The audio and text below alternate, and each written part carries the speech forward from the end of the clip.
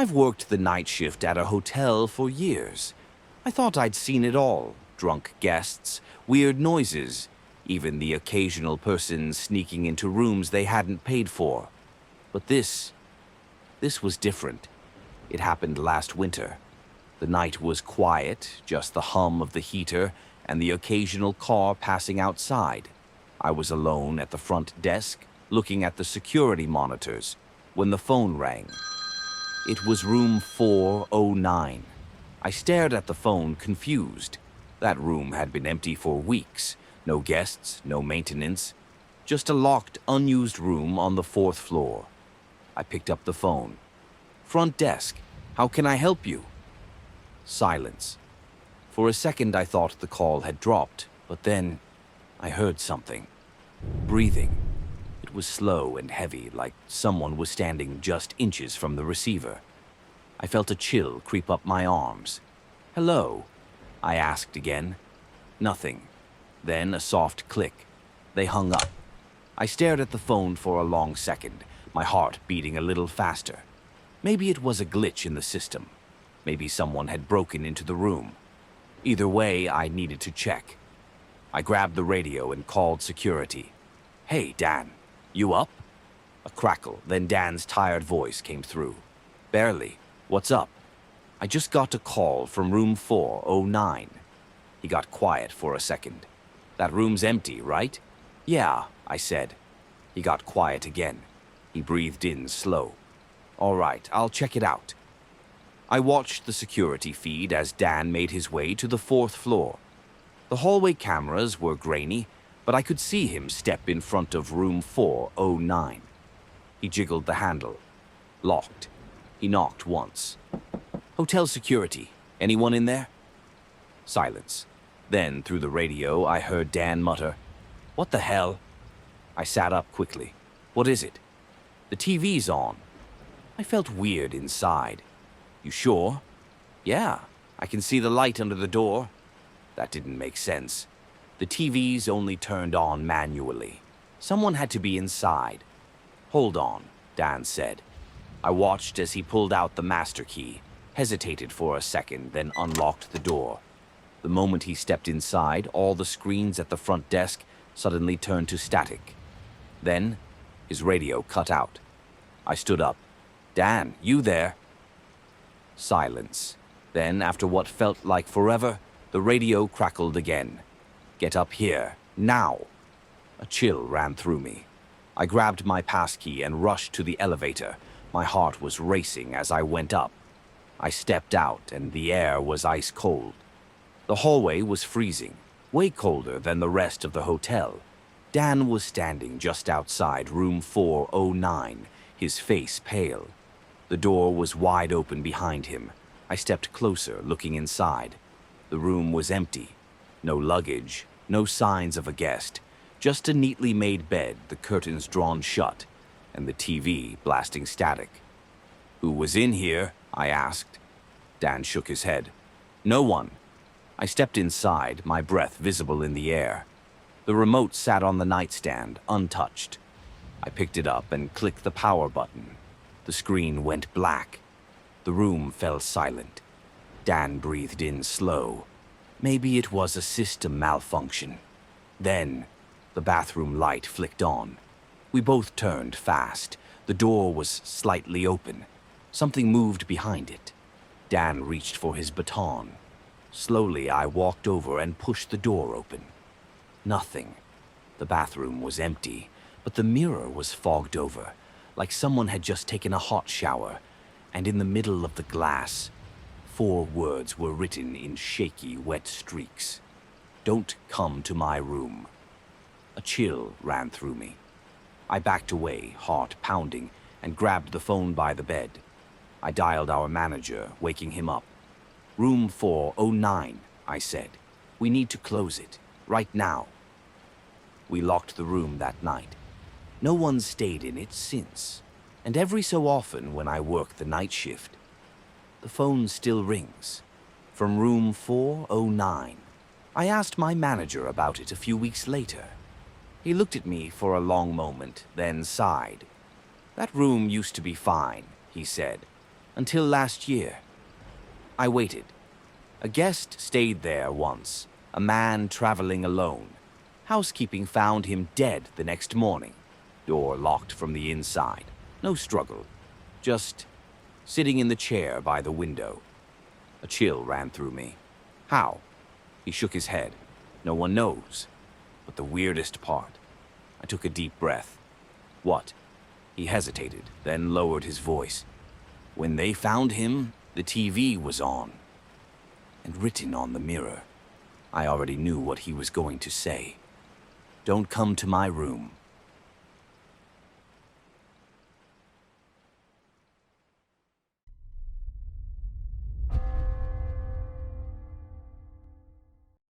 I've worked the night shift at Miller's Bakery for 2 years. It's a quiet job. Peaceful. By the time I'm locking up, the streets are mostly empty. Just the occasional cab passing by or a stray dog sniffing around the dumpsters. That night I was alone as usual, wiping down the counters and locking up. The bakery smelled like a mix of sugar and coffee, comforting as always. I flipped the closed sign. Someone knocked at the door, rhythmic, like fingertips tapping the glass. I turned toward the door. A woman stood there, wrapped in a long coat, hood pulled low over her face. She leaned in, hands pressed to the glass, her fingers too long, too still. I hesitated. It was late, too late. But something about her posture, the way she just stood there, unmoving, made my stomach twist. She tilted her head. She said, voice barely above a whisper, "Please, just one pastry." Her breath fogged up the glass. The air outside was colder than it should have been for this time of year. I forced a small smile. Sorry, we're closed. Silence. Then, so quietly I almost didn't hear it. "I know." A shiver ran down my spine. She didn't move. She stood unnaturally still, not moving or looking around. She just stood there. I wasn't sure what to do. Maybe she was homeless, or maybe just lost. I took a deep breath before flipping the latch, keeping the door chain in place. "All right, give me a sec," I said, turning to the pastry case. I grabbed a croissant, but as I reached for a bag, something in the air shifted. A deep, rattling growl echoed through the room. It came from right behind me. Every hair on my arms stood up. I spun around. The woman was gone. But the glass door, it was covered in claw marks. Not scratches, gouges, long, jagged slashes dug deep into the glass, crisscrossing the door like something had raked its talons down it, desperate to get in. I stumbled back, nearly toppling a display rack. My breath came in short gasps. When I looked into the street, it was empty. No footsteps, no sign that anyone had been there at all. I moved back, my legs unsteady, and grabbed the keys with shaking hands. And then, the sound came from the back door. I didn't check. I didn't breathe. I just ran. The next morning, when the owner came in, I told him what happened. He went pale. He reached under the counter, pulled out an old key, and unlocked the storage closet. Inside, covered in dust, was a photograph, a grainy black and white image of the bakery from decades ago. There, standing in the same spot by the door, was the woman. Same coat, same hood, same empty stare. The owner saw my face and asked, "Did you see her?" I nodded. He just sighed. "Yeah, so did the last girl." I quit that day. I don't know what she was. I didn't ask him either. But I know this. She wasn't human, and she wasn't looking for food.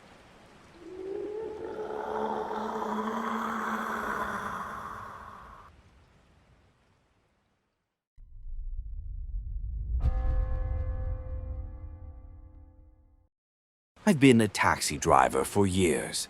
I've seen all kinds of people, but nothing prepared me for her. It started on a rainy Tuesday night. It was raining heavily. The city was quiet. It was so quiet I felt like the only driver left in the whole city. I had been driving for hours, barely any fares. I was exhausted, but I still had a few hours left on my shift. That's when I pulled up to a lone bus stop, and I saw her. A woman in a white dress, standing perfectly still under the dim streetlight. She wasn't waving for a cab, but something told me she was waiting. I hesitated. Something about her felt off. She didn't try to cover herself from the rain. She was just standing there, still, too still. I rolled down my window. Need a ride? She stepped forward, slowly, pulled the door open and slid into the back seat. The moment she got in, the air inside my taxi turned ice cold. A chill crawled over my skin. I checked the rearview mirror. She was soaking wet, like she had been standing in the rain for hours. Her hands sat stiff on her lap. Her face was empty. I forced a smile. Where to? Silence. I shifted uncomfortably. Ma'am, where do you want to go? Then she finally spoke. A whisper. 37 Ravenbrook Street. Her voice sent a shiver down my spine. It was flat, emotionless. I knew that street. It was on the outskirts of town, a place I rarely drove to, but I started the meter and pulled away from the curb. The ride was silent. No radio, no small talk, just the sound of the wipers slapping against the windshield. Every now and then I checked the mirror. She just sat there, still, unblinking. Something felt wrong. I swallowed hard and focused on the road. After about 15 minutes, I turned onto Ravenbrook Street. I cleared my throat. Are you sure this is the right place? No answer. She opened the door, moving slowly. She stepped outside into the rain. I watched, my breath shallow, as she walked toward the house. I hesitated. Then I called out, Ma'am, you need to pay me. She didn't turn around, didn't stop. I got out of the car. I took a step forward. Ma'am, you have to... As she reached the front door of the house, she vanished into thin air, right before my eyes. My heart pounded against my ribs. I jumped back into the taxi and sped out of there. For weeks, I told myself it was just exhaustion, a trick of the mind, a bad dream. I don't talk about what happened, not to my family, not to my co-workers. But one day at the cab company, I finally told my friend Jake. He listened. Then he paled. You're not the first driver to drop her off. My stomach dropped. Jake leaned forward. His voice was low. An accident happened at that bus stop years ago. A woman was trying to get home.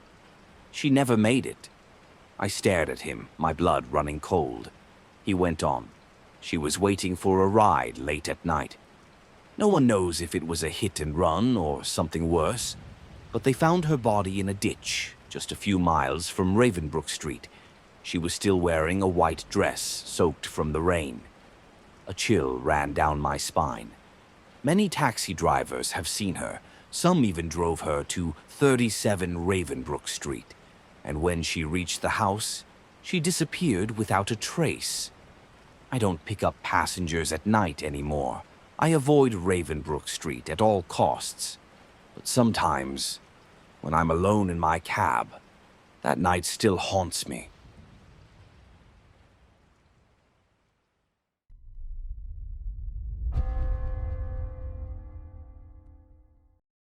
I work the graveyard shift at Jackson's Gas and Go. It's the kind of job where nothing happens for hours, and then something weird happens all at once. Most nights, it's just me, the hum of the refrigerators, and the occasional trucker stopping in for coffee and smokes.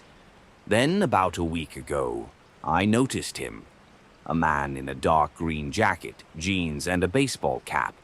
He came in at 1:13 a.m., walked straight to the back fridge, grabbed a bottle of water, paid in cash, and left without a word. Seemed normal enough. But at 4:13 a.m., he walked in again. Same jacket, same jeans, same baseball cap, same bottle of water. I figured he was a local who just liked routine. But then I saw the security footage the next night. and my stomach dropped. He never left. I checked the cameras again. He walked in at 1:13 a.m. Then, nothing. No footage of him leaving. No footage of him stepping outside. He was just gone until he walked in again at 4:13 a.m. I rewound and slowed it down. Still nothing. It was like he vanished inside the store and then reappeared at the door hours later. The next night, I kept my eye on him. I watched him from behind the counter as he made his way to the fridge, grabbed a water, paid in cash, and walked toward the door. The bell above it chimed as it swung open. And then he was gone. On the third night, I worked up the nerve to talk to him. "You're here a lot," I said, forcing a chuckle as I rang up his water. "Live nearby?" He looked at me. His eyes were a strange shade of gray, too light for his face, like old photographs. His skin looked too smooth, like it didn't belong on him. He smiled. "I like it here." That was all he said before he took his water and walked toward the door. At 4:13 a.m., he came in again. Same jacket, same jeans, same baseball cap, same bottle of water. I decided to dig deeper. The store had old employee logs dating back years, shoved into a filing cabinet in the back office. I found a stack of security tapes from 2013 and started fast-forwarding through them. At 1:13 a.m. on September 4th, 2013, a man in a green jacket, jeans, and a baseball cap walked in. At 4:13 a.m., he walked in again. The footage was grainy, but it was him. The same man. Over 10 years ago. I brought it up to Gus, the manager, the next night. "Hey, this is gonna sound weird, but have you ever noticed the guy in the green jacket?" Gus stopped counting cigarettes and looked at me. His face went pale. He didn't ask which guy. He already knew. "Listen," he muttered, leaning in.